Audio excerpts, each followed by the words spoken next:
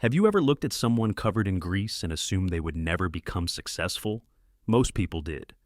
Every morning, Ethan Carter walked into the same repair shop wearing faded blue coveralls, heavy work boots, and a baseball cap stained with motor oil. His hands were rough, his fingernails were never perfectly clean, and by the end of every shift, his face carried the marks of another long day under the hood of someone else's car. To strangers, he looked like just another mechanic, someone ordinary, someone who would spend his entire life fixing cars for other people. What nobody knew was that Ethan was quietly building something much bigger than a career. He was building a future that would change not only his own life, but the lives of hundreds of families. 10 years later, people who once laughed at him would stand outside his office hoping for a job interview. But none of that happened overnight. It all started in a tiny repair shop with a leaking roof. Ethan grew up in a small town outside Columbus, Ohio. It was one of those places where everybody knew each other, the kind of town where people still waved at their neighbors. His father, Daniel, worked as a mechanic for almost 30 years. His mother, Susan, cleaned offices after sunset to help pay the bills. Money was always tight. There were no luxury vacations, no expensive birthday gifts, no brand new cars parked in the driveway. But there was something much more valuable inside their home: respect, hard work, and honesty. Those three words shaped Ethan's childhood. When he turned 12, his father handed him an old wrench. "You want to learn?" Daniel asked. Ethan nodded. From that day forward, every Saturday became garage day. While other kids spent weekends playing video games, Ethan learned how engines breathed, how transmissions shifted, and why every strange noise meant something. His father never rushed him. Instead, he asked questions. "What do you hear? What do you smell? What do you think is wrong?" At first, Ethan guessed. Later, he knew. By 16, he could rebuild an engine faster than many adults. But what impressed his father wasn't his skill, it was his patience. "You'll never become a great mechanic if you only fix cars," Daniel often said. "You become great when you solve people's problems." Those words stayed with Ethan forever. After high school, almost every one of Ethan's friends left town. Some enrolled in universities, some chased corporate careers. Others dreamed about becoming lawyers, engineers, or software developers. During graduation, classmates asked Ethan the same question again and again. "So, what's next?" His answer surprised them. "I'm staying here." Silence. "You mean you're actually becoming a mechanic?" Someone laughed. Another friend shook his head. "Dude, you're smarter than that. You'll waste your life." The comment stung, but Ethan smiled anyway, because he had already made his decision. He didn't care about titles. He cared about becoming the best at something. The repair shop where he started working wasn't impressive. The paint peeled from the walls. The air compressor sounded like it might explode. In the summer, the building felt like an oven. In the winter, you could see your breath inside the garage. Every morning began before sunrise.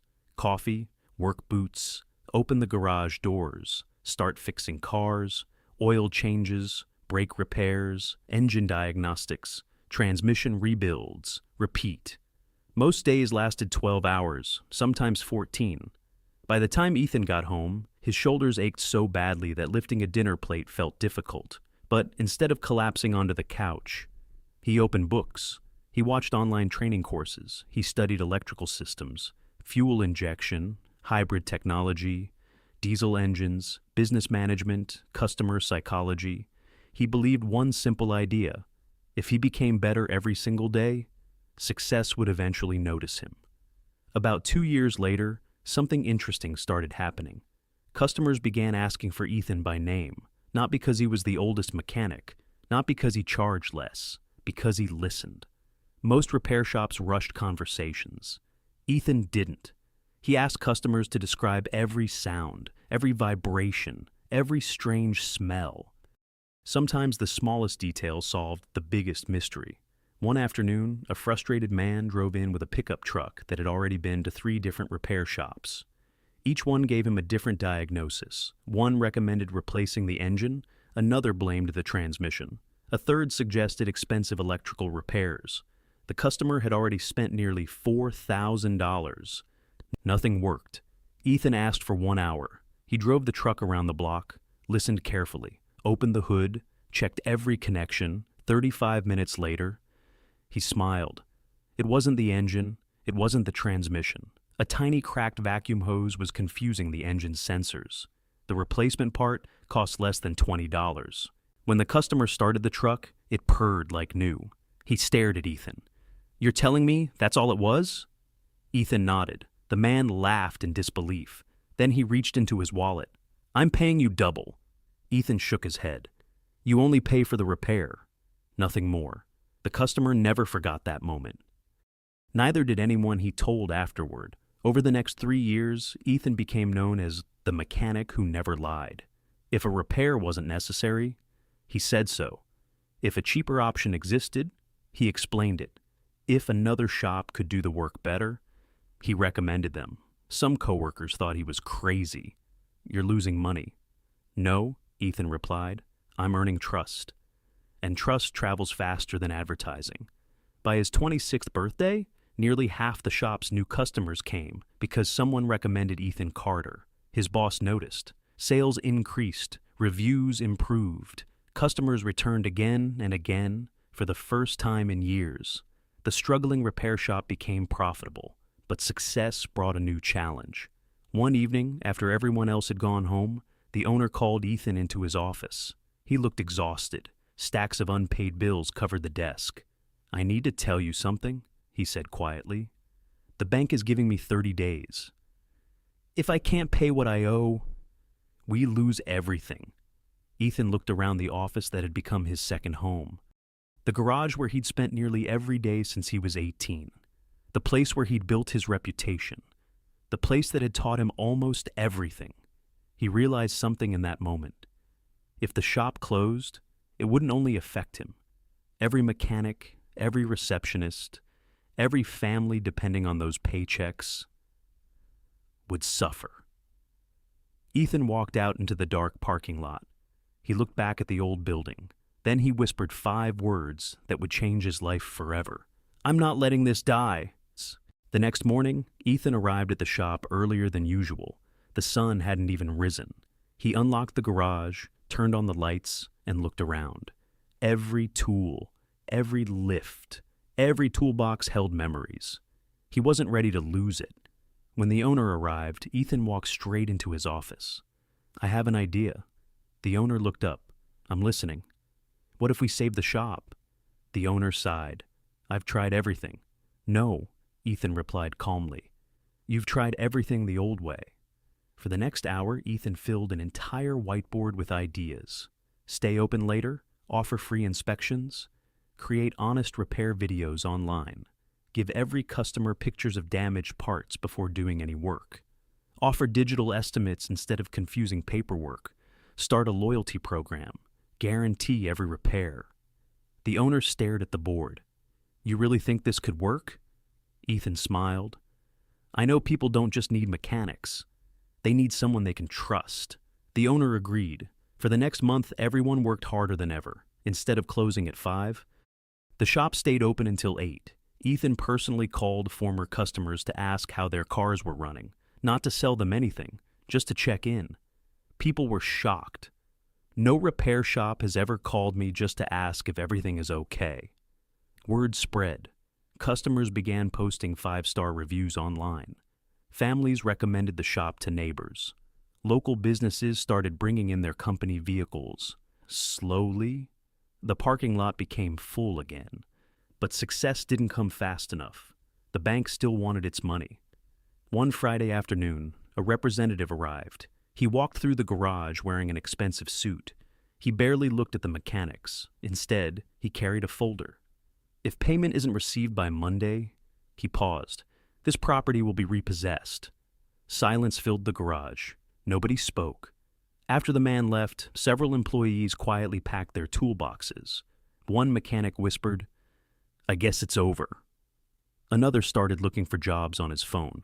Ethan refused to believe it. That night, he couldn't sleep. He kept thinking about his father's words. "People don't pay us to fix cars. They pay us because they trust us."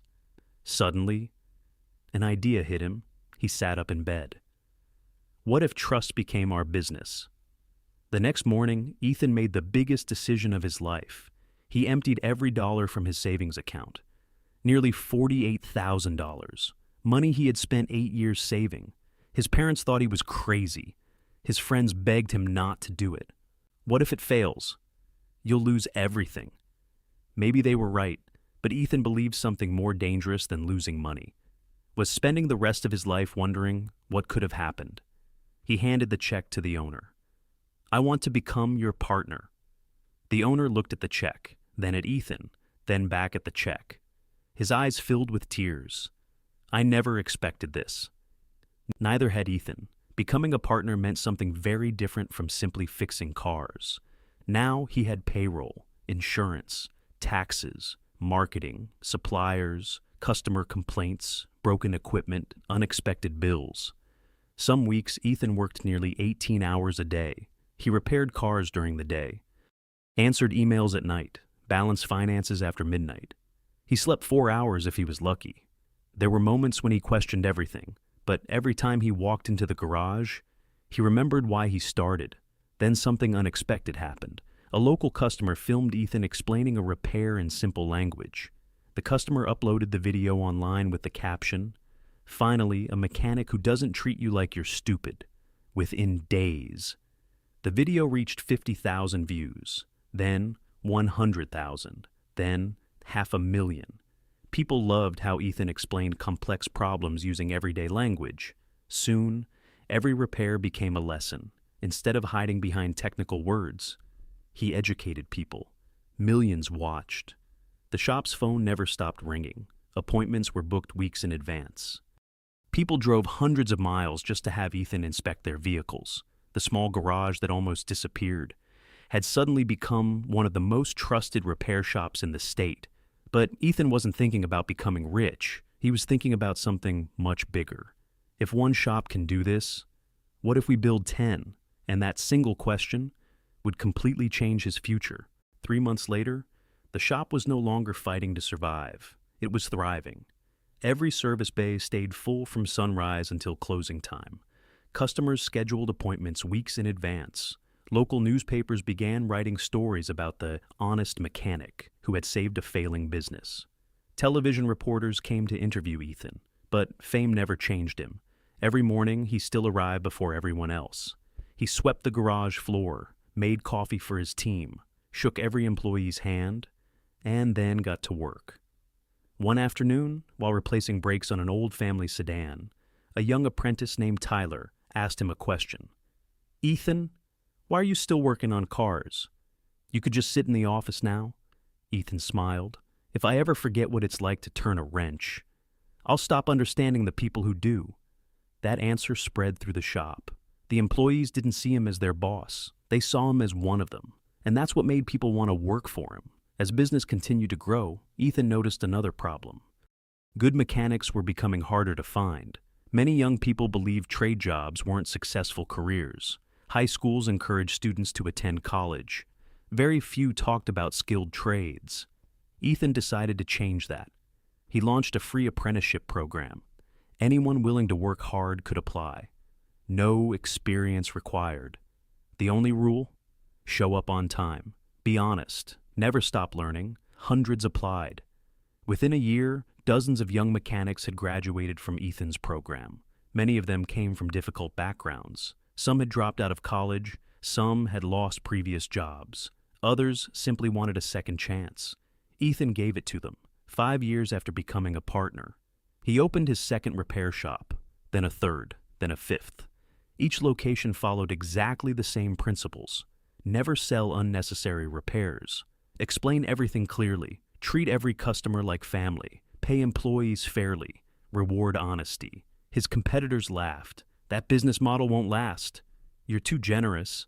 People only care about low prices. They were wrong. Customers cared about trust, and trust couldn't be copied overnight.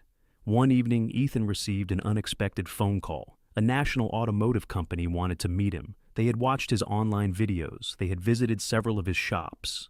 and they wanted to invest. The offer was enormous, more money than Ethan had ever imagined. His lawyers encouraged him to accept. His accountant said it would make him incredibly wealthy. For a moment, he considered it. But after reading the contract, he noticed something hidden deep inside. The new owners planned to increase profits by encouraging unnecessary repairs. Exactly the kind of business Ethan had spent his life fighting against. He closed the folder. "I'm not interested." The executive stared at him.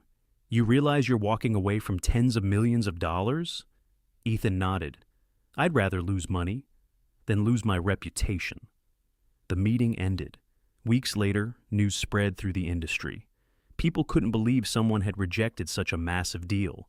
But Ethan slept peacefully that night. Because some things couldn't be bought. 10 years after saving the little repair shop, everything had changed. His company employed more than 500 people. His apprenticeship program had trained hundreds of mechanics. Several of his former students had become shop managers. Some even opened their own businesses. Families who once struggled were buying homes. Parents were sending children to college. Communities were growing stronger, not because of expensive advertisements, not because of flashy marketing, because one mechanic chose honesty over shortcuts. Then came the moment no one expected. Ethan was invited to speak at his old high school, the same school where classmates had laughed when he said he wanted to become a mechanic. As he walked onto the stage, he recognized familiar faces. Some of those classmates now sat in the audience. After the presentation, one man approached him. "I owe you an apology. I used to think becoming a mechanic meant thinking small." Ethan smiled warmly. "No job is small. Only the way we choose to do it," the man nodded. "I wish I'd understood that years ago." That evening, Ethan drove home in the same pickup truck he had restored years earlier. He could have owned any luxury car, but he didn't care. When he parked in his driveway, he looked at his rough hands. They were still scarred, still stained from years of hard work. He smiled, because those hands had built something no amount of money could replace.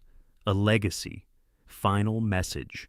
People will always judge what they see. A dirty uniform, steel-toe boots, grease on your hands.